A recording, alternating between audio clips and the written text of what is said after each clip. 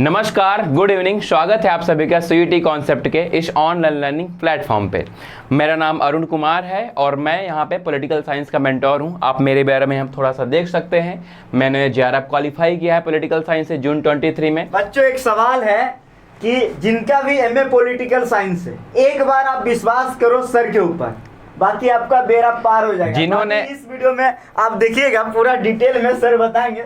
थोड़ा सा बोल लेता हूं। हाँ सर, बिल्कुल सर पूरा डिटेल में चर्चा करेंगे और टॉपिक को किस तरीके से डिस्क्राइब करेंगे वो भी आप लोग देखोगे। और सर का पीवाईक्यू सेशन तेजी से यूट्यूब पे आने वाला है, वो भी आप लोग देखोगे। बिल्कुल देख लेना, एकदम पसंद आए तो सबसे पहले कोर्स में ज्वाइन हो जाना, आपका सपना साकार होगा। बाकी तो आप लोग देखोगे क्लासेस, तब ज्यादा समझ पाओगे, है ना। सर असली हीरा है कि सोना है। बिल्कुल। Thank you sir for introduction. तो बच्चों, आप सभी का स्वागत है मेरे इस ऑनलाइन सेशन में। जैसा कि आप मेरे बारे में देख पा रहे हैं, मेरा नाम अरुण है। मैंने जेआरएफ क्वालिफाई किया है पॉलिटिकल साइंस से। साथ ही साथ मैंने डीयू का जो एंट्रेंस होता था उसमें मेरी 17th रैंक थी। साथ ही साथ मैंने साउथ एशियन यूनिवर्सिटी में भी मैंने एंट्रेंस क्वालिफाई किया था। 14th रैंक थी मेरी वहाँ पे। मैंने अपना जो ग्रेजुएशन और पोस्ट ग्रेजुएशन और यूजी पीजी से किया है।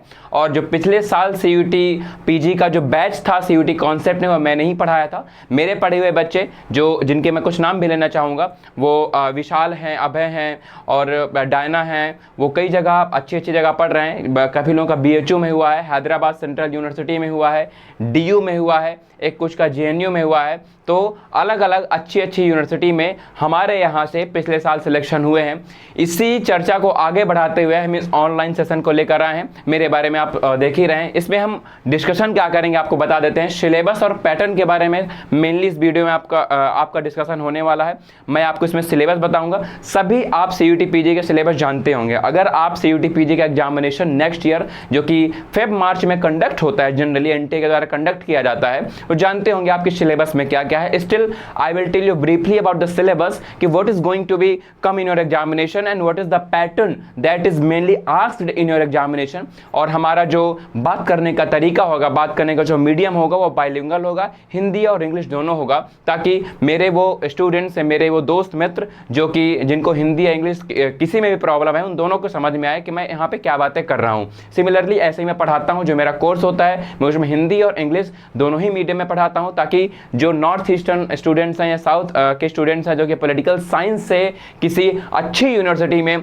डीयू हो, चाहे बीएचयू हो, जेएनयू हो, एससी हो, एयू हो, या कोई भी अच्छी यूनिवर्सिटी जो कि पॉलिटिकल साइंस करवाती है, पॉलिटिकल साइंस का कोर्स अपने यहाँ उनके यहाँ अच्छा कोर्स होता है, तो उसमें एडमिशन लेना चाहते हैं, तो उनको जो है उस एग्जाम को क्रैक करने में कोई समस्या ना आए, कोई प्रॉब्लम ना आए लैंग्वेज बैरियर्स की वजह से, कि आपकी भाषा कमजोर है हिंदी या इंग्लिश, उस वजह से दिक्कत आ रही है। सिलेबस एंड पैटर्न के बारे में मैं इसमें आपको मेनली जानकारी दूंगा, बताऊंगा कि क्या सिलेबस होता है, क्या पैटर्न होता है। सिलेबस आप सब जानते हैं, तो बहुत ब्रीफ में बताएंगे। आइए आगे बढ़ते हैं आज के हमारे ऑनलाइन सेशन में।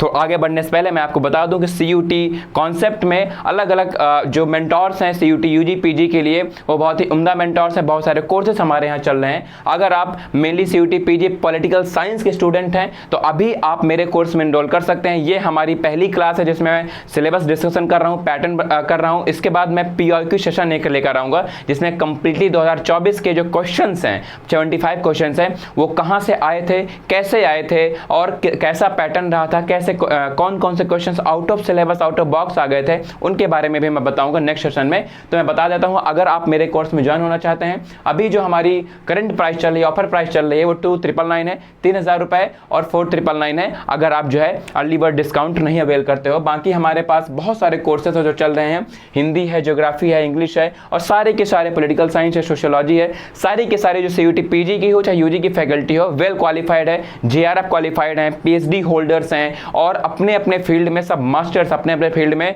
सब के सब उम्दा टीचर्स रहे हैं। तो आप जो है सीयूटी पीजी कॉन्सेप्ट में, सीयूटी यूजी कॉन्सेप्ट में आप एनरोल कर सकते हैं। कोई भी आपको समस्या आ रही है तो आप इस नंबर पर कॉल या मैसेज कर लीजिए। अब हम सीधे अपने डायरेक्टली पॉइंट पर आ जाते हैं बिना टाइम वेस्ट किए हुए। ये आपका सिलेबस है। सिलेबस हर पॉलिटिकल साइंस में दो भागों में हमारा सिलेबस डिवाइड है, फर्स्ट और सेकंड। फर्स्ट जो आपका ये यहाँ पे दिख रहा होगा, जो ये आपको दिख रहा है यहाँ पे पहला, तो इसमें आपके जी यानी कि आप देखेंगे 7-8 भागों में डिवाइडेड है, और दूसरा है कंटेम्प्रेरी टॉपिक्स ऑफ रेलेवेंस, ठीक है, वो हम लास्ट में देख लेंगे।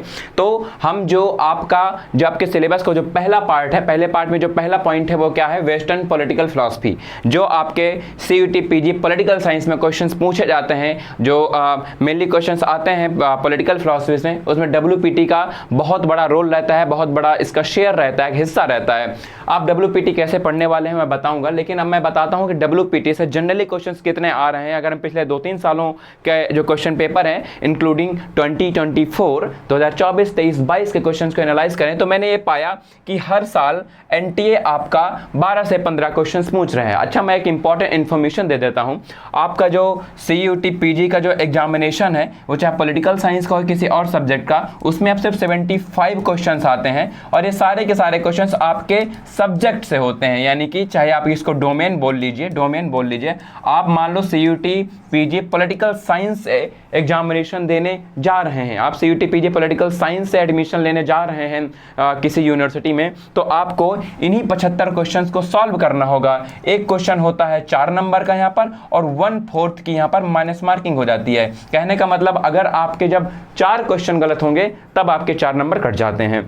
1/4 की माइनस मार्किंग का मतलब यही हुआ यहाँ पे, ठीक है। 4 नंबर क्वेश्चन होता है, टोटल जो आपका यहाँ पे टोटल मार्क्स होते हैं वो 300 होते हैं। ये तो रहा एक पैटर्न, ये आप जानते होंगे, फिर भी जो नहीं जानते हैं, जो नए हैं, जो पहली बार ये वीडियो देख रहे हैं या पहली बार CUT PG पॉलिटिकल साइंस या अदर सब्जेक्ट से रिलेटेड हैं और पैटर्न के बारे में नहीं जानते हैं, जो NTA कंडक्ट करवाता है, ये पैटर्न रहता है आपका। 75 क्वेश्चन आते हैं, 4 नंबर क्वेश्चन रहता है, 300 का टोटल मार्क्स होते हैं, 1/4 की माइनस मार्किंग होती है। अब इन 75 में अगर आपके 50 to 60 क्वेश्चन ठीक हो जाते हैं, तो आप JNU, DU, BHU किसी भी यूनिवर्सिटी में आसानी से एंट्रेंस ले सकते हैं। तो इन 75 क्वेश्चंस में अगर मैं आपको ट्रेंड बताऊं, तो लगभग 12 से 15 क्वेश्चन जो है ना, वो आपके WPT वेस्टर्न पॉलिटिकल फिलॉसफी, पाश्चात्य राजनीतिक दर्शन से पूछा जा रहा है। कौन कौन से थिंकर, इसमें एक सरसरी निगाह इस पर डाल लेते हैं। प्लेटो है, एरिस्टोटल है, Machiavelli, Hobbes, Locke, Rousseau, J.S. Mill, Karl Marx, John Rawls. तो मैं कहूँगा ये सिलेबस बहुत छोटा है। अगर आप UGC नेट से कंपैरिजन करोगे तो this syllabus is a very small kind of syllabus. आप इसको आसानी से कवर कर सकते हैं, और जब मैं पढ़ाऊँगा तो आपको अगर इन थिंकर्स में से किसी को पढ़ने में समस्या आ रही है या टफ लग रहे हैं, या आपको इनके फिलॉसफी या आपके इनके जो कॉन्सेप्ट्स हैं, जो अलग अलग कॉन्सेप्ट दिए हैं, जैसे प्लेटो ने जस्टिस का कॉन्सेप्ट दिया, एजुकेशन का दिया, कम्युनिज्म ऑफ वाइब्स का दिया, एरिस्टोटल ने जस्टिस का दिया, कॉन्स्टिट्यूशन का दिया, मैकियावेली ने अपने प्रिंस के बारे में डिस्कशन किया, हॉब्स, लॉक, रूसो ने ऑरिजिन ऑफ स्टेट के बारे में डिस्कस किया, जिसको हम सोशल कॉन्ट्रैक्ट के नाम से भी जानते हैं, रूसो ने इनइक्वालिटी के बारे में डिस्कशन किया, J.S. मिल ने भी origin of state, mainly representative government के बारे में डिस्कशन किया, कार्ल मार्क्स को आप सभी जानते हैं, मटेरियलिज्म हो चाहे हिस्टोरिकल मटेरियलिज्म हो या जिनकी अदर फिलॉसफीज हैं उनका डिस्कशन किया, जॉन डॉल्स की जो मेनली प्रिंसिपल्स ऑफ जस्टिस है उसका डिस्कशन किया। इन सब के बारे में हम डिटेल से पढ़ेंगे, डिटेल से डिस्कशन करेंगे, और डिटेल से मैं आपको बताऊंगा कि इनकी जो फिलॉसफी है उसका कोर क्या है, उसमें मेनली क्वेश्चंस कहाँ से और कैसे आ रहे हैं WPT से। तो इससे आपके 12 से 15 क्वेश्चंस आ रहे हैं WPT में, तो आप समझ सकते हैं कि एक अच्छा वेटेज रखता है। लगभग 15% का वेटेज है, 20% का वेटेज है आपके CUT PG पॉलिटिकल साइंस के पेपर में।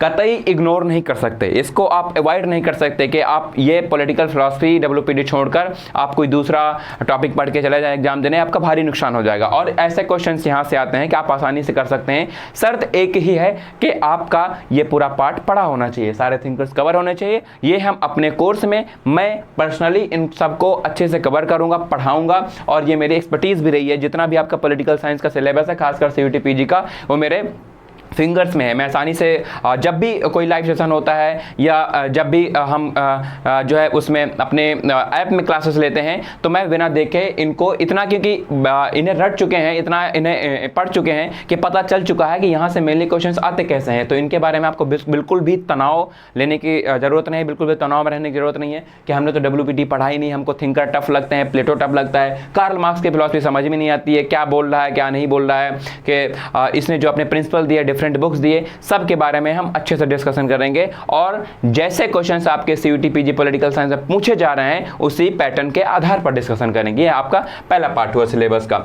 दूसरा है आपका, फिर यहाँ पे 1 मिनट दीजिएगा मुझे, हाँ, दूसरा जो आपका पार्ट है ये है आपका मॉडर्न इंडियन पॉलिटिकल थॉट। ठीक है, मॉडर्न इंडियन पॉलिटिकल थॉट में बहुत कम थिंकर्स जो पूछे जाते हैं, राजा राम मोहन रॉय, इनसे क्वेश्चंस बिल्कुल नहीं आते हैं, तो इन्हें एक बार देख लेंगे। और उसके बाद गांधी हैं, हमारे गांधी जी हैं, और भीमराव अम्बेडकर हैं, सावरकर हैं और कौटिल्य हैं। आपके यही 5 मेनली थिंकर्स हैं, 4 मेनली थिंकर्स मान लीजिए जहां से सबसे ज्यादा क्वेश्चंस आते हैं। क्वेश्चंस कितने आते हैं? 5 से 6 क्वेश्चंस पिछले 3-4 सालों से लगातार आपके सीयूटी पीजी पॉलिटिकल साइंस के एग्जामिनेशन में मॉडर्न इंडियन पॉलिटिकल थॉट में आईपीटी से पूछा जा रहा है। इंडियन पॉलिटिकल थॉट या भारतीय जो दर्शन है यहाँ से पूछे जाए, भारतीय राजनीतिक दर्शन से पूछे जा रहे हैं। हम गांधी को, अंबेडकर को, सावरकर को और कौटिल्य की जो फिलॉसफी है मेनली, हम इनको डिटेल से डिस्कशन करेंगे। राम मोहन रॉय, इनके सोशल रिफॉर्म को छोड़ दिया जाए, इनके बुक्स को छोड़ दिया जाए, मेनली बुक्स को छोड़ दिया जाए, तो कोई बहुत मैं कहूँगा कि बहुत समृद्ध इनका कॉन्ट्रीब्यूशन नहीं है, बहुत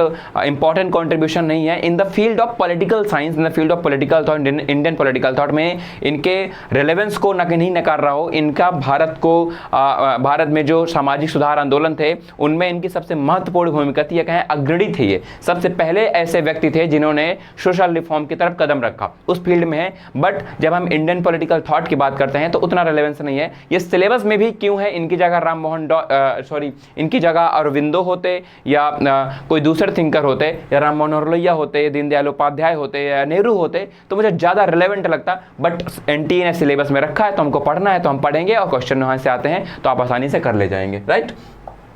हम नेक्स्ट पार्ट की अगर आगे बढ़ते हैं तो आपका है पॉलिटिकल थ्योरी। सबसे इंपॉर्टेंट अगर है कुछ आपके पॉलिटिकल साइंस, राजनीति विज्ञान को, राजनीति विज्ञान की पढ़ने की दिशा में, तो वो होते हैं आपके कॉन्सेप्ट्स, सार। आपकी जो कॉन्सेप्ट्स हैं वो क्लियर होने बहुत जरूरी है। जैसे ओझा सर बोलते हैं कि अगर एक चीज़ मेरे कुछ बचपन से ही क्लियर रहे तो मेरे कॉन्सेप्ट हैं, मुझे पता है कि ज़िंदगी में क्या करना है नहीं करना। जोक्स अपार्ट, हम अपने टॉपिक पे वापस आते हैं। पॉलिटिकल थ्योरी बहुत ही इंपॉर्टेंट होती है पॉलिटिकल साइंस को पढ़ने के लिए। अगर आप पॉलिटिकल थ्योरी समझ गए तो थिंकर्स को समझने में आपको जो है बिल्कुल टाइम नहीं लगेगा, आसानी से समझ लेंगे। और सबसे पहले हम पॉलिटिकल थ्योरी ही कवर करेंगे जब हम अपना कोर्स स्टार्ट करेंगे। हमारी कल या परसों से क्लासेस स्टार्ट हो रही हैं, आपके पास 1-2 दिन का टाइम है, आप इनरोल करिए। और अगर आप लेट भी कर देते हैं तब भी दिक्कत नहीं है, रिकॉर्डेड सेशंस आपको हमेशा हमारे ऐप पर अवेलेबल मिल जाएंगे। अगर आप कोर्स ज्वाइंड है वहाँ पे आप कभी भी लेक्चर्स को देख सकते हैं, और पुराने लेक्चर जो लास्ट ईयर मैंने पढ़ाया था आप उनको भी एक्सेस कर सकते हैं, कोई दिक्कत नहीं है। लाइव सेशन तो मैं लूंगा ही सारे की। हम यहीं से स्टार्ट करेंगे ताकि अगर मान लीजिए जब आप जस्टिस पढ़ रहे हैं या आप जब डिफरेंशिएटेड प्रिंसिपल पढ़ रहे हैं जॉन डॉल्स का, तो आपको पता होना चाहिए कि justice, equality, sovereignty, citizenship, democracy होती क्या है। हम मान लो कोई चीज़ पढ़ रहे हैं उसके बारे में पता ही नहीं है, जैसे प्लेटो ने जस्टिस का कॉन्सेप्ट दिया पर जस्टिस ही हमको पता नहीं क्या होता है, तो हम उनके कॉन्सेप्ट को कैसे समझ पाएंगे। तो पहले हम कॉन्सेप्ट्स को क्लियर, बहुत बेसिक कॉन्सेप्ट्स हैं, बहुत ज़्यादा सिलेबस नहीं है। लिबर्टी है, इक्वालिटी है, जस्टिस है, सॉवरेनिटी है, सिटीजनशिप एंड जेंडर है, democracy and human rights state है, contemporary issues and feminism ideology. Contemporary issues में आपका वही है डिक्लाइन ऑफ पॉलिटिकल थ्योरी, कैसे राजनीतिक जो सार है उनका क्षय हुआ और इनमें बिहेवियरलिज्म, पोस्ट बिहेवियरलिज्म, अब डेविड ईस्टन और जो मेनली थिंकर्स हैं हम उन्हीं को पढ़ना है। तो ये आपका पॉलिटिकल थ्योरी का सिलेबस है, वेरी इंपॉर्टेंट पार्ट। और यहाँ से आपके एनटीए लगातार लगभग 3 से 4 साल जब से एनटीए सीयूटी के पेपर ले रहा है तो 10 से 12 क्वेश्चंस आ रहे हैं। That is a very important part of your syllabus, I will say.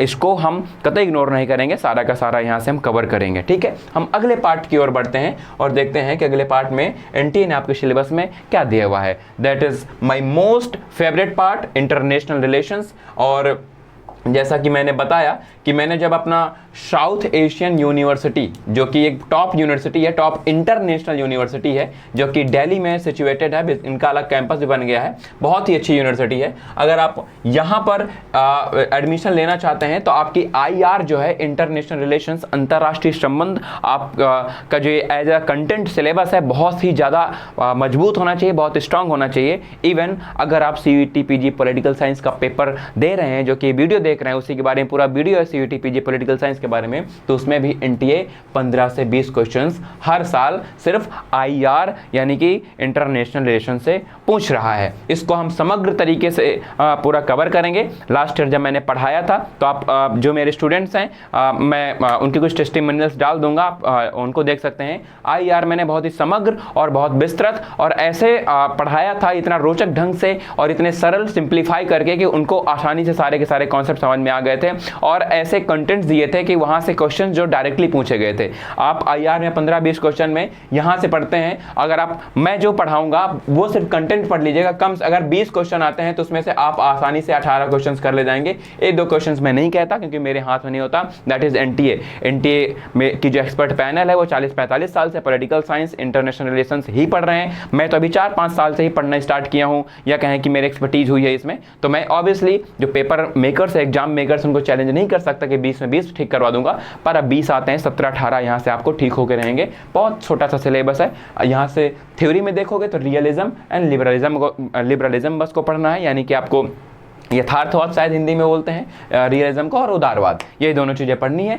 और हम रियलिज्म के जो फिर बाकी सबसेट्स होते हैं ना वो पढ़ेंगे। स्ट्रक्चरल रियलिज्म क्या होता है, न्यू रियलिज्म क्या होता है, सिमिलरली इन लिबरलिज्म। ठीक है, छोटा छोटा सिलेबस है। Cold war politics that took place between 1945 to 1991, सब जानते हैं ना, है ना, till the fall of Russia, या कहेंगे ब्रेकअप ऑफ द रशिया। जब तक रशिया का ब्रेकअप नहीं होगा, USSR का ब्रेकअप नहीं हो गया, तब तक कोल्ड वॉर चली थी। तो कोल्ड वॉर पॉलिटिक्स के बारे में पढ़ेंगे। कुछ इंटरनेशनल ऑर्गेनाइजेशंस हैं जिसके बारे में हमको मेनली पढ़ना है। वो नेम हो गया, है ना, अब नॉन अलाइन मूवमेंट हो गया, सार्क हो गया, UNO हो गया, आसियान हो गया, EU हो गया। या ये यहाँ से क्वेश्चंस खूब पूछे जाते हैं। ये इन दोनों को उतना रेलेवेंट नहीं रहा है, 1-2 क्वेश्चन पूछ लिया जाता है, लेकिन हम सबको जो है आसान तरीके से, समग्र तरीके से डिस्कशन सबका करेंगे। India foreign policy particularly with China, Pakistan and USA, सब लिख दिया गया है। NTA ने लिख दिया है कि बेटा आप लोगों को ज़्यादा पढ़ने की जरूरत नहीं है, बस आपको पर्टिकुलर एक डायरेक्शन में स्टडी करनी है, just 3 to 4 months, B with me 3 to 4 months। और ये पूरा सिलेबस मैं आपको ऐसे कंठस्थ करा दूंगा 3 से 4 महीने में। ये पूरा सिलेबस जो CUET PG का है, जो NTA ने डिफाइन किया है, 3-4 महीने में सब खत्म हो जाएगा और आप इसको बाई हार्ट लर्न कर लोगे। कहीं से क्वेश्चन पूछे आपको एक आइडिया रहेगा, है ना, आपकी फ्लैश मेमोरी, मसल मेमोरी काम करेगी वहाँ पे। जब एग्जाम में बैठोगे CUET PG पॉलिटिकल साइंस का एग्जाम देने, जब आप कंप्यूटर तोड़ परीक्षा दे रहे होंगे, तो कंप्यूटर तोड़ परीक्षा में जब आप क्वेश्चन देखोगे तो आपको ये जरूर लगेगा यार मैंने पढ़ा है, भले वो आप डायरेक्ट क्वेश्चन आया हो या ना आया हो, और आप उसमें 95-99% चांसेस रहेंगे कि सही आंसर देकर ही आएंगे, क्योंकि फ्लैश मेमोरी बहुत इंटेंसिटी के साथ काम करती है, बहुत सही से काम करती है। मेनली फॉरेन पॉलिसी में भारत की, पाकिस्तान, USA, चाइना के साथ पढ़नी है। इनको हम अलग अलग करके पढ़ेंगे, पहले पाकिस्तान के साथ, फिर चाइना के साथ, फिर USA के साथ। कैसे कैसे भारत की आज़ादी के बाद इन तीनों देशों के साथ भारत के संबंध डिटेरियोरेट हुए, नहीं खराब हुए, अच्छे हुए, जो भी हुए, हम इनको आसानी से देख लेंगे। राइट, अब इसके बाद ये मेरा सबसे मोस्ट इंपॉर्टेंट चैप्टर होता है international relation, because that is my expertise. मैंने बहुत पढ़ी है, बेली शन स्मिथ को पढ़ा है, एंड्रू हेबुट को पढ़ा है, शशि थरूर को पढ़ा है। उसके अलावा आपके जो इंटरनेशनल रिलेशंस के एक बहुत अच्छे प्रोफेसर्स थे, और नाम नहीं मुझे उनका आया था, JNU में, मैंने उनकी बुक पर पुष्पेश पंत को पढ़ा है। और 1-2-4 थिंकर मैंने इंडियन फॉरेन पॉलिसी के डेविड मेलोन को पढ़ा है। उनकी एक बुक है डज द एलिफेंट डांस, वो कनाडा के भारत में एम्बेसडर थे, बहुत ही क्लोजली ऑब्जर्वेशन किया था उन्होंने भारत की जो फॉरेन पॉलिसीज थी, उसको पढ़ा है। तो ये जो आपका चैप्टर है जहाँ से 15 से 20 क्वेश्चन, 18-20 क्वेश्चन पूछे जा रहे हैं हर साल पेपर में, इसको हम आसानी से पढ़ेंगे और यहाँ से आपका एक क्वेश्चन नहीं छूटेगा, इसकी गारंटी मैं लेता हूँ। अब आपका आ गया इंडियन गवर्नमेंट एंड पॉलिटिक्स, या आप इसको कॉन्स्टिट्यूशन भी बोल सकते हो, संविधान। ये मेनली संविधान ही है। यहाँ से आप कोई भी संविधान की बुक उठा के पढ़ते हो, जैसे आप लक्ष्मीकांत हो गया, बहुत भारी UPSC वालों के लिए होगा, CUET PG के हिसाब से वो बुक ज़्यादा हाई हो जाएगी। तो CUET PG में जैसे क्वेश्चन पूछे जा रहे हैं, जिस लेवल के पूछे जा रहे हैं, अभी हम क्वेश्चन 7-8-9 क्वेश्चन उठा कर लाया हूँ, ठीक है, उनका डिस्कशन करेंगे कि पैटर्न क्या था। फिर एक PYQ सेशन भी मेरा आएगा, लेकिन आज मेनली थोड़े क्वेश्चन देख लेंगे ताकि आपको आइडिया लगे, मैं आपको ये बता सकूं कि ये पैटर्न रहता है। 2024 का पैटर्न क्या था वो बताऊंगा। कॉन्स्टिट्यूशन में कैसे क्वेश्चंस पूछे जा रहे हैं ये हम डिस्कशन कर लेंगे, बट सिलेबस क्या है ये देख लेते हैं। बहुत सिंपल सा सिलेबस है, जो सिलेबस होता है कॉन्स्टिट्यूशन का, जो उसमें लिखा है, जो हमारे संविधान में लिखा गया है कि संविधान में ये चीज़ें हैं, वही पढ़ना है, बहुत शॉर्ट में पढ़ना है। तो इंडियन गवर्नमेंट एंड पॉलिटिक्स, या आप इसको कॉन्स्टिट्यूशन बोल लीजिए, इसमें आपको प्रियम्बल है ना, प्रस्तावना के बारे में देखना है। Making of the constituent assembly, कैसे हमारी जो कॉन्स्टिट्यूएंट असेंबली थी, जो हमारी संविधान सभा था, उसका निर्माण कैसे हुआ, उसमें अध्यक्ष कौन थे, उपाध्यक्ष कौन थे, किस तरीके से मीटिंग्स हुई, कैसे कैसे हमारा संविधान बना, हमारी कॉन्स्टिट्यूशन के डेवलपमेंट्स हुई वो पढ़ना है। कॉन्स्टिट्यूशनल प्रोविजंस पढ़ने हैं, हमारी संवैधानिक प्रावधान क्या है वो पढ़ेंगे। Parliament, cabinet, prime minister, president, fundamental rights, fundamental duties and DPSP, directive principles of state policy, राज्य के नीति निर्देशक तत्व। अच्छा, एक रोचक शब्द यहाँ पे आया, कैबिनेट। आपको कमेंट सेक्शन में बताना है कि संविधान के किस अनुच्छेद में, एकमात्र पूरे संविधान में ऐसा अनुच्छेद है और वो एक अनुच्छेद में ही कैबिनेट शब्द का, कैबिनेट वर्ड का जो यूज है वो किया गया है, यानी कि पूरे संविधान के एक अनुच्छेद में कैबिनेट शब्द को यूज किया गया है। वो कौन सा अनुच्छेद है ये आपको मुझे कमेंट सेक्शन में बताना है। इसी चैनल के जो वीडियो कमेंट सेक्शन में बताना है कि किस अनुच्छेद में कैबिनेट शब्द का प्रयोग किया गया है। और ये जो कैबिनेट शब्द है ये किसी अमेंडमेंट, किसी संवैधानिक संशोधन के द्वारा इंक्लूड किया गया है, यानी कि ओरिजिनली जब संविधान बनाया था हमारे कॉन्स्टिट्यूएंट असेंबली ने, जिसमें कमेटीज थी बहुत सारी, एक बहुत महत्वपूर्ण कमेटी थी ड्राफ्टिंग कमेटी या प्रारूप समिति, जिसके हमारे अध्यक्ष या चेयरमैन थे बाबा साहब doctor Bhimrao Ambedkar, very knowledgeable person, the first legal minister of India, law minister of India. तो उस समय ये कैबिनेट वर्ड हमारे संविधान में नहीं था, एक संवैधानिक संशोधन के द्वारा कैबिनेट को हमारे संविधान में डाला गया। ऐसा कौन सा अनुच्छेद है संविधान में जिसमें कैबिनेट वर्ड का जिक्र किया गया है, ये आपको मुझे कमेंट सेक्शन में बताना है। थोड़ा होमवर्क कीजिए, थोड़ा मजा आएगा ना, आप पढ़ेंगे, मैं पढ़ाऊंगा और थोड़ा बहुत मुझे नॉलेज होगी आपसे, थोड़ा बहुत आपको होगी, तभी तो मजा आएगा। परस्पर म्यूचुअल अंडरस्टैंडिंग, म्यूचुअल नॉलेज होती है तो ज़्यादा मजा आता है। ठीक है, एक छोटा सा अभी सिलेबस इसका और है, तो इसमें amendments, governor, state government, federalism, political parties, elections, local government, judiciary governance, ये सारी चीज़ें हमारे हमको संविधान में पढ़नी है, यानी कि इंडियन गवर्नमेंट एंड पॉलिटिक्स में पढ़नी है। इससे बहुत क्वेश्चन आते हैं, मैं क्वेश्चन बताना भूल गया, 16 से 20 क्वेश्चन आते हैं और ये मैं आपको ऐसे रोचक ढंग से बताऊंगा क्योंकि मैंने भी रोचक ढंग से पढ़ा है, तो मैं भी रोचक ढंग से पढ़ाने की कोशिश करूंगा ताकि आपको लंबे समय तक ये चीज़ें याद रहें, आप आसानी से एग्जाम में जो सवाल है वो सॉल्व कर सके। और ये भी मैं कहूँगा कि ये जो पार्ट है आपका इंडियन गवर्नमेंट एंड पॉलिटिक्स या संविधान या कॉन्स्टिट्यूशन जो भी बोल लीजिए, एक बहुत ही महत्वपूर्ण पार्ट है। उसका रीज़न ये है कि आपको सिर्फ इस एग्जाम में नहीं, आप कोई भी कॉम्पिटिटिव एग्जाम देंगे, आगे चल के आप यूपीएससी देते हो, यूजीसी नेट देते हो, कोई भी एग्जाम दोगे, यहाँ से बहुत सारे क्वेश्चन पूछे जाएंगे और हमेशा काम आएगा। और मेनली ये संविधान के बारे में है, तो हमें अपने rights, duties, DPSC, preamble, constitution के जो पार्लियामेंट्स हैं, प्रेसिडेंट हैं, वाइस प्रेसिडेंट हैं,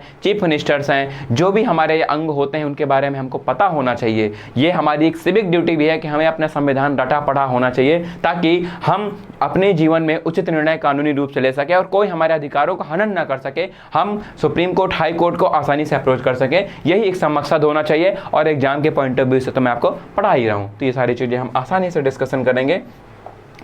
अगला आपका टॉपिक है comparative government and politics. Comparative government and politics का छोटा सिलेबस है, ज़्यादा क्वेश्चंस आते नहीं यहाँ से, मेरे ख्याल से मैं आपको बता देता हूँ, यहाँ से ऑलमोस्ट आपके 8 से 10 क्वेश्चन आते हैं बस। कितने? 8 से 10 क्वेश्चन, और कम ही मानिए आप, ठीक है। कभी कभी तो 5-6 ही आते हैं, लेकिन इंपॉर्टेंट है, ये टफ भी होता है। तो इसको पढ़ाने के लिए जो है, जब आपकी थोड़ी political theory, political concept develop हो जाएंगे, आप मुझसे पढ़ लेंगे, आपको समझ में आ जाएगा रूसो ने क्या बोला, कार्ल मार्क्स ने क्या बोला, लिबर्टी, इक्वालिटी, डेमोक्रेसी, कॉन्स्टिट्यूशन होता क्या है, तब हम इसको पढ़ेंगे, तब हम इसको पढ़ेंगे। इसमें आपको पॉलिटिकल कल्चर पढ़ना है, पॉलिटिकल पार्टीज़ के बारे में पढ़ना है। पॉलिटिकल पार्टीज मतलब भाजपा, कांग्रेस, सपा, बसपा, एआईएमसी, टीएमसी, सब नहीं पढ़ना है। पॉलिटिकल पार्टीज़ का नेचर कैसा होता है, इसमें डिफरेंट थिंकर्स के क्या व्यूज़ थे, डुवर्जर के क्या व्यूज़ थे, ये सारी चीज़ें हम पढ़ेंगे पॉलिटिकल पार्टीज़ में। इलेक्टोरल सिस्टम्स हमको पढ़ना है ना, चुनावी प्रणाली कैसी होती है। फिर अप्रोचेस पढ़ना है कि कंपैरेटिव गवर्नमेंट एंड पॉलिटिक्स को, या कहें कि कंपैरेटिव गवर्नमेंट को या कंपैरेटिव पॉलिटिक्स को पढ़ा किस तरीके से जा सकता है। कुछ अप्रोचेस है, जैसे ट्रेडिशनल अप्रोच हो गए, उसमें है ना, मॉडर्न अप्रोचेस हो गए, अलग अलग भागों में डिवाइडेड है, ट्रेडिशनल और मॉडर्न, है ना। आपकी इंस्टीट्यूशनल अप्रोच हो गई, जो आपकी ट्रेडिशनल अप्रोच है, उसका political economy approach, communist approach, ये सारी चीज़ें हम देखेंगे। और टाइप्स ऑफ रिजीम्स, छोटा सिलेबस है, कम क्वेश्चंस आते हैं, आसानी से पढ़ेंगे। आपकी पॉलिटिकल थ्योरी की अंडरस्टैंडिंग डेवलप होने के बाद पढ़ेंगे, आपको बहुत अच्छे तरीके से यहाँ से समझ में आने वाला है, कोई समस्या इसमें नहीं होगी। अब है पब्लिक पॉलिसीज इन इंडिया, इसमें क्वेश्चंस ना के बराबर आते हैं, 2, 3, 4 आ गए तो आ गए, नहीं आए तो नहीं आए, पर पढ़ेंगे जरूर। Models, process and types, public policies in India, यानी कि जो भारत में पब्लिक पॉलिसीज है उनके क्या मॉडल्स है, प्रोसेस क्या होता है, उनके क्या प्रकार होते हैं, कितने टाइप के होते हैं, ये चीज़ें हमें इसमें डिस्कस करनी है, इसको भी हम देखेंगे। और साथ ही साथ ये अब जो आपका दूसरा पार्ट है, जो last part of the syllabus है, ये लास्ट है आपका आपके सिलेबस का जो एनटीए ने प्रेस्क्राइब किया है सीयूटी पीजी पॉलिटिकल साइंस के लिए, उसमें है general issues of contemporary relevance, है ना, कि समकालीन प्रासंगिकता के सामान्य मुद्दे कौन कौन से हैं, कौन से ऐसे इशूज हैं जो कि कंटेम्प्ररी टाइम पे रेलेवेंस रखते हैं, कंटेम्प्ररी टाइम पे उनकी एक प्रासंगिकता है, तो उनके बारे में देखेंगे। तो इसमें आपका ग्लोबल जस्टिस है, थॉमस पोगे का नाम सुना होगा, बहुत फेमस ग्लोबल जस्टिस के थिंकर, उनके बारे में पढ़ेंगे। नेशनलिज्म के बारे में पढ़ेंगे, नेशनलिज्म काफ़ी चर्चे में रहा है, जब जैसे जैसे राइट विंग की पॉलिटिक्स है वो हावी होती जा रही है कई सारे देशों में, चाहे वो भारत हो, चाहे वो अमेरिका हो, चाहे वो फ्रांस हो, चाहे वो ब्रिटेन हो, या कोई और देश हो, या इटली हो या स्पेन हो। तो जो नेशनलिज्म का जो एक कॉन्सेप्ट उभर कर आया है 21वीं सेंचुरी में, उसके बारे में पढ़ेंगे। और क्लाइमेट चेंज, ऑब्वियस सी बात है, क्लाइमेट चेंज तो 21वीं शताब्दी का, इवन 20वीं शताब्दी से लेकर 21वीं शताब्दी तक का सबसे ज़्यादा गहरा मुद्दा है, सबसे ही ज़्यादा मैं कहूँगा प्रासंगिक वाला मुद्दा है। इसके बारे में तो पढ़ेंगे ही पढ़ेंगे, और देखेंगे कि क्लाइमेट चेंज से रिलेटेड यूएन के या पर्टिकुलर कंट्रीज़ के या पर्टिकुलर अगर कोई ऑर्गेनाइजेशन बना है, कोई इंटरनेशनल ऑर्गेनाइजेशन बना है आईओसी क्लाइमेट चेंज के लिए, उनके क्या व्यूज़ रहे हैं, क्या रिकमेंडेशंस रहे हैं, और वो किस तरीके से क्लाइमेट चेंज को कंटेंड करेंगे, यानी कि क्लाइमेट चेंज जो हो रहा है इतनी तेज़ी से उसको रोकेंगे, क्या मेजर्स रहे हैं उनके, क्या स्टेप्स रहे हैं, उनके बारे में हम डिस्कशन करेंगे। यहाँ पर आपका सिलेबस होता है ख़त्म। ये सिलेबस मैं आपको पर्सनली सीयूटी पीजी यूजी जो सीयूटी कॉन्सेप्ट का जो पीजी कॉन्सेप्ट है, या जिनका जो ऐप है, हमारा जो ऐप है सीयूटी कॉन्सेप्ट का, वहाँ पर मैं ये सारे जो सिलेबस है, सारा का सिलेबस है, पूरा सिलेबस ही कवर कराऊंगा, पूरा का पूरा सिलेबस मैं पढ़ाऊंगा, ठीक है। आप अगर ये वीडियो पहली बार देख रहे हैं, दूसरी बार देख रहे हैं, या आपने पहले से सिलेबस को देखा हुआ है, आपको अगर कुछ समझ में आ रहा है कि मैं क्या बातें बोल रहा हूँ, या आप सीयूटी पीजी पॉलिटिकल साइंस का जो 2025 का एग्जाम है जो एनटीए कराता है, अगर आप वो एग्जाम देना चाहते हैं, अपनी मनपसंद विश्वविद्यालय में एडमिशन लेना चाहते हैं, तो आप मेरे कोर्स में एनरोल कर सकते हैं। मैंने कोर्स की डिटेल्स पहले पेज पर बता दी थी, आप वीडियो को पीछे जाकर देख सकते हैं, वहां पे नंबर दिया है, कॉल कर सकते हैं, आप आसानी से एनरोल कर सकते हैं। चलिए, ये तो हुआ हमारे सिलेबस की बात। कुछ क्वेश्चंस है जो कि सीयूईटी पीजी पॉलिटिकल साइंस 2024 के एग्जाम में पूछे गए थे, पेपर में पूछे गए थे। वो पेपर में वो कुछ क्वेश्चन यहाँ पे मैं लाया हूँ अगली स्लाइड से, उन क्वेश्चन का डिस्कशन कर लेते हैं कि किस तरीके के क्वेश्चन एनटीए आपसे पूछेगा या पूछ रहा है, ठीक है। देख लेते हैं क्या कहने का मतलब पैटर्न क्या है, क्या वो क्रोनोलॉजिकल टाइप के क्वेश्चंस हैं, क्या वो स्टेटमेंट टाइप के क्वेश्चंस हैं, क्या वो फैक्चुअल क्वेश्चंस है, कॉन्सेप्चुअल क्वेश्चंस है, या डायरेक्ट पूछ लिया गया है। मैं एक एक क्वेश्चन उठा के लाया हूं ताकि आपको एक बेसिक आइडिया लग जाए,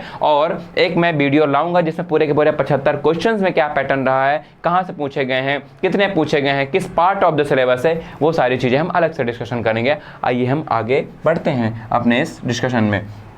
तो पहला क्वेश्चन आइए देख लीजिए, यहाँ पर पहला क्वेश्चन आपका यहाँ पे क्या कहता है, अरेंज द फॉलोइंग। इसका मतलब ये है कि कुछ ये घटनाएं हुई हैं, कुछ इंसिडेंट्स हुई हैं कोल्ड वार के टाइम पे, है ना, कोल्ड वार के टाइम पे कुछ घटनाएं हुई हैं, इनको आपको क्रोनोलॉजिकली, है ना, क्या बोला है कि इनको क्रोनोलॉजिकली मैनर में आपको अरेंज करना है, यानी कि पहले कौन सी घटना हुई है वैसे अरेंज करना है। तो एक ये पैटर्न हो गया कि क्रोनोलॉजिकल टाइप के क्वेश्चंस आपसे एनटीए खूब पूछा है। ऐसे क्वेश्चंस की जो संख्या है वो मैंने नोटिस की, कम से कम 15 क्वेश्चंस है जो कि क्रोनोलॉजिकली, इनका इसका मतलब ये है कि डायरेक्ट क्वेश्चंस आपसे बहुत ज़्यादा नहीं पूछेगा, आपको ऐसे क्वेश्चंस से एनकाउंटर बहुत करना पड़ेगा। इनको सॉल्व करने का बेस्ट तरीका क्या होता है कि ये जो 4 घटनाएं यहाँ पे मेंशन्ड है जो लिखी हुई हैं, इनमें से कम 2 घटनाएं आपको आनी चाहिए। 2 घटनाएं पता होंगी तो आप ऑप्शन से आसानी से एलिमिनेशन मेथड से या एडिशन मेथड से आसानी से क्वेश्चन सॉल्व कर लेंगे, राइट। तो यहाँ पे हम देख लेते हैं क्रोनोलॉजिकली, यानी कि पहले कौन सी घटना हुई है, फिर बाद में कौन सी हुई है, इस तरीके से हमें सही ऑप्शन कौन सा हो सकता है इसको देखना है। Soviet invasion of Afghanistan, Korean war, Berlin war, Soviet invasion of Hungary, ये चीज़ें दी हुई हैं। अगर आपको 2 घटनाएं भी पता है, जैसे इसमें सबसे आसान क्या हो सकता है जो आपको पता होना चाहिए, सोवियत इन्वेजन ऑफ अफगानिस्तान जो आपका हुआ था वो हुआ था, सबको पता है 1979 में, यानी कि यूएसएसआर ने अफगानिस्तान पर 1979 पे 1979 में आक्रमण किया था, ये हो गया। कोरियन वार जो आपका हुआ था वो हुआ था 1950 से 50 1950 से 53 तक, 1950 से 1953 तक के 1950 से 1953 के बीच कोरियन वॉर हुआ था, यानी कि 1950 से स्टार्ट हुआ था, हम ऐसा कहेंगे, है ना, ऐसा हम कह सकते हैं कि 1950 से 1953 3 साल ये कोरियन वॉर चला था। बर्लिन वॉर, अब आप बर्लिन वॉर में थोड़ा कंफ्यूज हो सकते हैं कि बर्लिन वॉर कब की बात हो रही है। ये बर्लिन वॉर 1945 की बात हो रही है कि जब यूएसएसआर ने बर्लिन पर आक्रमण कर दिया था, और बर्लिन पर आक्रमण करके वहां पर उस टाइम पे जो हिटलर था, यानी कि जर्मनी में जब हिटलर था, उसके बर्थडे के दिन, उसके जन्मदिन के दिन वहां पर आक्रमण करके उसको सीज कर दिया था, उसकी बात हो रही है। या बर्लिन क्राइसिस की बात हो रही है। बर्लिन क्राइसिस जो आपकी 1961 में हुई थी, जब निकिता क्रुश्चेव ने वहां पर बर्लिन पे जो ट्रूप्स थी, चाहे वो ईस्टर्न रही हो चाहे वेस्टर्न, उनको कॉल ऑफ कर लिया था, बुला लिया था, और वहां पर बर्लिन में क्राइसिस आ गई थी, और उस टाइम पे बर्लिन वॉल बन गई थी, यानी कि बर्लिन पर एक दीवार का निर्माण हो गया था, जिसमें से ईस्ट जर्मनी, उत्तरी पूर्वी जर्मनी और पश्चिमी जर्मनी 2 भागों में डिवाइड हो गया था। बर्लिन क्राइसिस थी। किसकी बात हो रही है, ये ऑप्शन से पता लगेगा। और सोवियत इन्वेजन ऑफ हंगरी में 1956 में यूएसएसआर ने इन्वेजन कर दिया था, आक्रमण कर दिया था। किस लिए किया था हम उसके डिटेल्स में अभी नहीं जाएंगे, काफ़ी बड़ा मुद्दा था। कुल मिला के यहाँ पे हंगरी में अपराइजिंग से, यानी कि रेवोल्यूशन, क्रांति स्टार्ट हो गई थी सोवियत गवर्नमेंट को गिराने के लिए, तो उसको सप्रेस करने के लिए सोवियत के उस टाइम पे जो लीडर थे, उन्होंने यहाँ पर आक्रमण कर दिया था। Soviet invasion of Hungary. अब आप देख लीजिए, इनमें से सबसे पहले आपको कौन सा लग रहा है, कौन सा हुआ है, 1950 से 53, है ना। अब बर्लिन वॉर अभी हमको पता नहीं है, तो पहले आप देखिए कि क्या पूरे ऑप्शन में बी या सी सबसे पहले है। तो आप देखेंगे पूरे ऑप्शन में बी सी कहीं नहीं है। इसका मतलब क्या है कि जो आपकी सी की घटना है, ये आपकी जो है ना, कब की बात हो रही है, 1961 की। ये आपकी बात नहीं हो रही है 1945 की। तो अब आप देखेंगे कि सबसे पहले कोरियन वॉर हुआ है, तो बी वाला देख लीजिए कि सबसे पहला ऑप्शन इसमें बी कहाँ पे है, सिर्फ 3 नंबर पे है। अगर आपको बस इतना पता है ना, आपको कोई ऑप्शन देखने की जरूरत नहीं है, कोई ऑप्शन देखने की जरूरत, सीधे आपका क्वेश्चन सॉल्व हो गया। 1 सेकंड का टाइम था अगर आपको घटनाएं पता थी।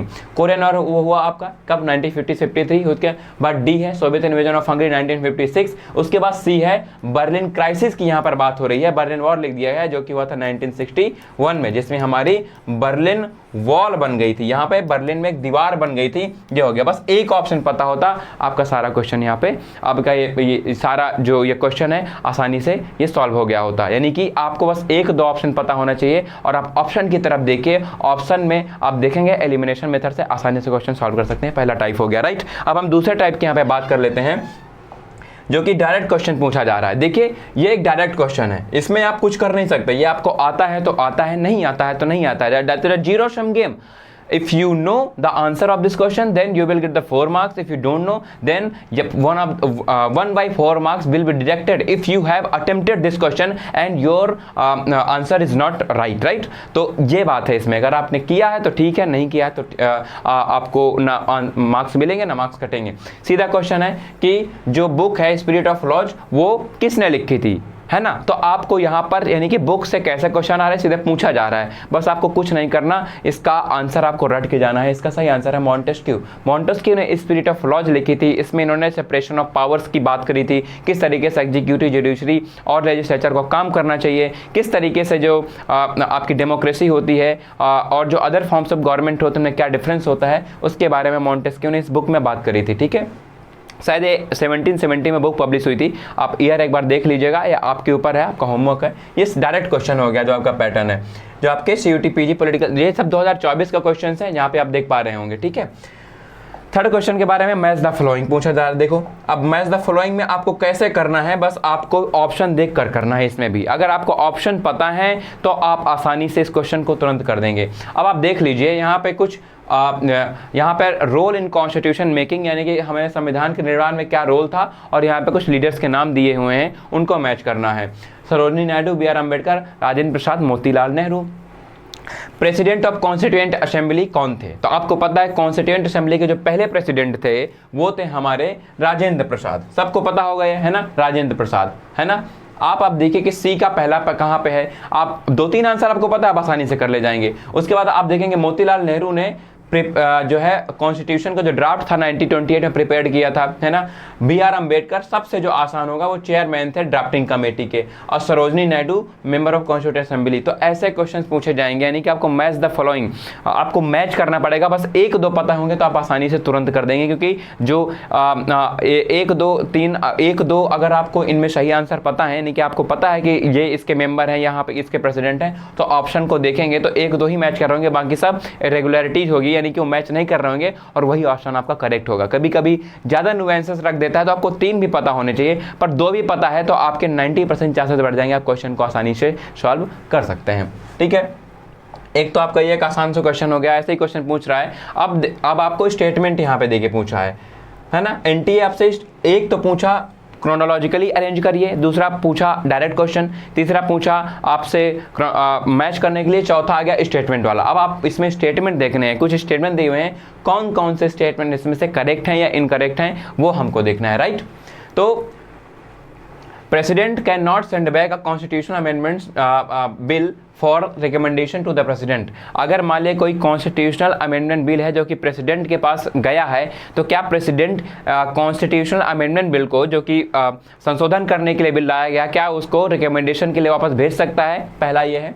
Judiciary also have the powers to amend the constitution. सबसे घटिया जो ऑप्शन हो सकता था वो यही है कि जुडिशरी के पास पावर है कि वो कॉन्स्टिट्यूशन को अमेंड कर सके। अब देखिए यहाँ पे ये गलत हो गया है ना, गलत है। जुडिशरी के पास ये पावर नहीं है कि वो कॉन्स्टिट्यूशन को अमेंड कर सके। सिर्फ कॉन्स्टिट्यूशन को अमेंड कर सकता है वो एक ही हमारी इंस्टीट्यूशन है, वो है पार्लियामेंट। पार्लियामेंट के अलावा देश में किसी के पास ये पावर नहीं है कि वो कॉन्स्टिट्यूशन को अमेंड कर सके। क्वेश्चन गलत, ये आपका ऑप्शन गलत है। सबसे मैं करूंगा आसान ऑप्शन था, तो आप बी को देख लीजिए। बी कहाँ पर है जहाँ पे आपको एलिमिनेट करना है? बी यहाँ पर है, बी यहाँ पर है ना, और बी यहाँ पर है। अब देखिए बी गलत है, बी गलत है, और आपका बी सी डी ये भी गलत है। बस एक ही ऑप्शन है जहां बी नहीं है। आपको अब कोई ऑप्शन देखने की जरूरत ही नहीं है, ये पढ़ने की जरूरत ही नहीं है इतने बड़े बड़े, सीधे आपका दूसरा नंबर इसमें ठीक हो गया। बस ऐसे इनको सही करना है, 1-2 पता रखिए, आपके क्वेश्चन आसानी से सॉल्व हो जाएंगे, राइट। ये आपका एक पैटर्न हुआ क्वेश्चन सॉल्व करने का जो मैंने अभी आपको बताया। अब देखेंगे इसमें आपको फिर से स्टेटमेंट वाला है, पर इसमें बता रहा है, पूछ रहा है कि इनमें से कौन सा ऐसा स्टेटमेंट है कार्ल मार्क्स के बारे में या कार्ल मार्क्स के कॉन्सेप्ट ऑफ हिस्टोरिकल मटेरियलिज्म के बारे में जो कि करेक्ट है। क्या है? करेक्ट पूछ रहा है। तो क्या पूछ रहा है कि जो टर्म है हिस्टोरिकल मटेरियलिज्म, ये मटेरियलिस्ट कॉन्सेप्ट ऑफ हिस्ट्री को क्या करता है? रिफर करता है। सही बात है।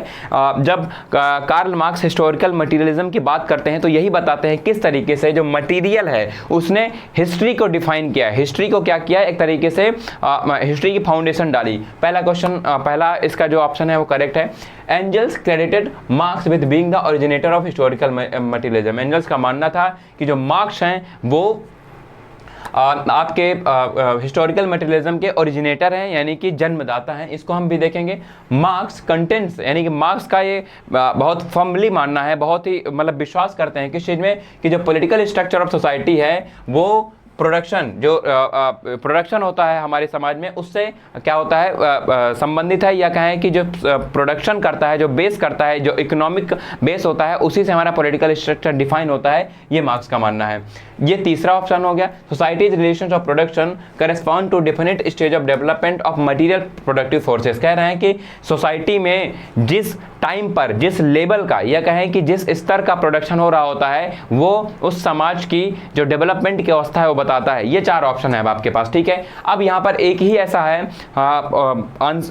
एक ही ऐसा ऑप्शन है जो कि डाउटफुल है, बी। अब देखिए बी कहाँ पर है, ABD, ABC, ABD, BCD, इसका मतलब बी भी करेक्ट है। अब यहाँ पर और तीनों करेक्ट तो थे ही, तो इसमें तीसरा ऑप्शन जो है ना ये सही हो जाएगा। इसका मतलब ये जो करेक्ट पूछा था स्टेटमेंट मार्क्स के बारे में, तो चारों के चारे जो हमारे ऑप्शन है ये मार्क्स के बारे में, मार्क्स के हिस्टोरिकल मटेरियलिज्म के कॉन्सेप्ट के बारे में करेक्ट है। ऐसे आपको इन क्वेश्चंस को करेक्ट करना है, ठीक करना है। ये एक ऐसा क्वेश्चन था जिसमें आपको आपकी जो कॉन्सेप्चुअल नॉलेज है, कार्ल मार्क्स की जितने भी कॉन्सेप्ट थे उनके बारे में तगड़ी होनी चाहिए, यानी कार्ल मार्क्स के कॉन्सेप्ट आपको पढ़े होने चाहिए, तभी आप एक क्वेश्चन सॉल्व कर पाओगे। अगर आपको थोड़ा भी डाउट है तो क्वेश्चन आपका गलत हो जाएगा।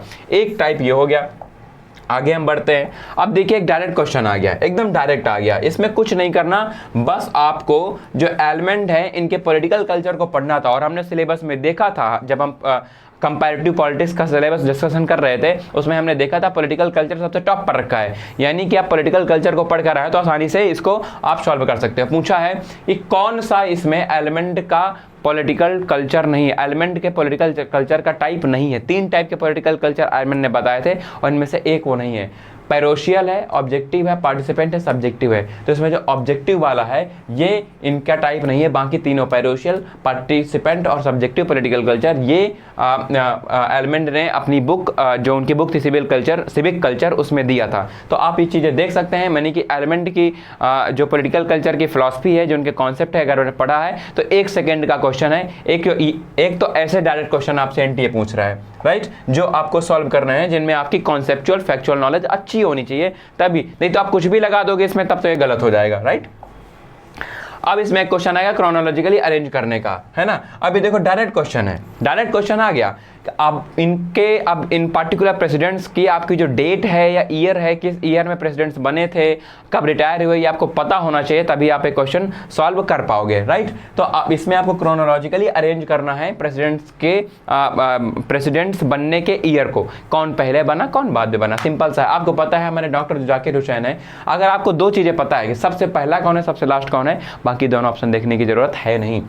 जाकिर हुसैन हमारे भारत के तीसरे प्रेसिडेंट हैं, जो कि 1967 से 69 2 साल रहे थे, अब बीच में इनकी डेथ हो गई थी। नीलम संजीव रेड्डी हमारे 6th प्रेसिडेंट हैं, है ना, जो कि 1969 से मेरे ख्याल से 1974 तक रहे थे, ये देख लीजिएगा। पहले कौन हुए, डॉक्टर जाकिर हुसैन। बी और सबसे लास्ट में कौन वाले थे, प्रणब मुखर्जी। हमारे अब्दुल कलाम 2003 से 7 तक रहे थे। प्रणब मुखर्जी बहुत बाद में बने थे, 7 से 11 शायद, तो या 11 से 15 हैं। तो प्रणब मुखर्जी के बारे में आप देखेंगे तो लास्ट हैं इस ऑप्शन के हिसाब से, और ये पहले हैं। तो बी सबसे पहले और डी सबसे लास्ट में किन किन ऑप्शन में आप देख लीजिए, आपको एक ही ऑप्शन दिख रहा होगा, बी सबसे पहले इसमें है, डी सबसे लास्ट इसमें है, ठीक है, और बाकी कोई ऑप्शन नहीं है जिसमें बी पहले हो और डी लास्ट हो। ये ऑप्शन आपका आसानी से करेक्ट हो जाएगा। ऐसे क्वेश्चन को सॉल्व करना है, बाकी देखने की जरूरत नहीं है आपको। ये एक पैटर्न था जो मैं आपको बता रहा हूं कि सीयूटी पीजी पॉलिटिकल साइंस में एनटीए ऐसे क्वेश्चन पूछ रहा है, और ये आपका एक ऐसा क्वेश्चन है जो कि आउट ऑफ बॉक्स है, जिसको कर पाना सबके बस की बात नहीं। ये कहूँगा इसमें सिर्फ तुक्का ही लग सकता था। अगर मैं भी आपकी जगह सीयूटी पीजी पॉलिटिकल साइंस का एंट्रेंस दे रहा होता या दूंगा कभी, अब तो क्या ही दूंगा, मैं तो पीएचडी करने के फेज में है तो हम क्या देंगे, लेकिन अगर दे रहा होता तो ये क्वेश्चन सब नहीं कर पाते, क्योंकि this is a very factual, very minute, very nuanced question जो आपके एनटीए ने आपसे पूछ लिया है।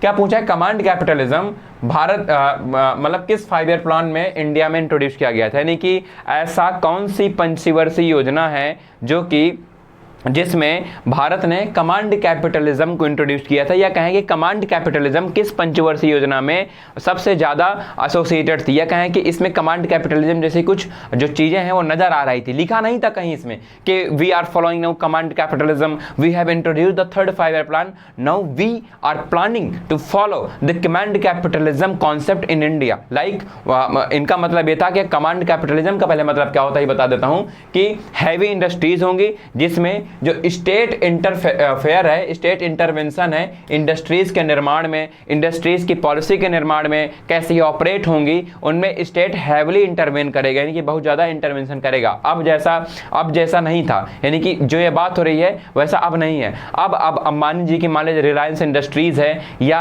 अडानी जी की अडानी पावर है, टाटा जी की कोई कंपनी है, महिंद्रा की कोई कंपनी है, वो जो भी पॉलिसी बनाना चाहते हैं अपनी कंपनी को ऑपरेट करने के लिए, चलाने के लिए, उसमें गवर्नमेंट इंटरवीन नहीं करेगा। एक संस्था होगी, मान लीजिए कोई डिपार्टमेंट हो सकता है, कोई मंत्रालय हो सकता है, जो कि कुछ रूल्स बना सकता है कि आपको ऐसे ऑपरेट करना है, बट डायरेक्टली कंट्रोल नहीं कर सकते। यहाँ पे डायरेक्टली कंट्रोल की बात की रही थी, इसी को बोलते हैं कमांड कैपिटलिज्म। तो इसका सीधा आंसर है 3rd 5 ईयर प्लान, जो कि आपका 66 से में आया था और आपका 1971 तक था। तो 3rd 5 ईयर प्लान में पहली बार कमांड कैपिटलिज्म का जो कॉन्सेप्ट था उससे रिलेटेड कुछ चीज़ें नज़र आ रही थी। तो ये एक ऐसा क्वेश्चन है जिसको कर पाने की जो हिम्मत थी उसके पास, यानी कि उसको आसानी से नहीं किया जा सकता था।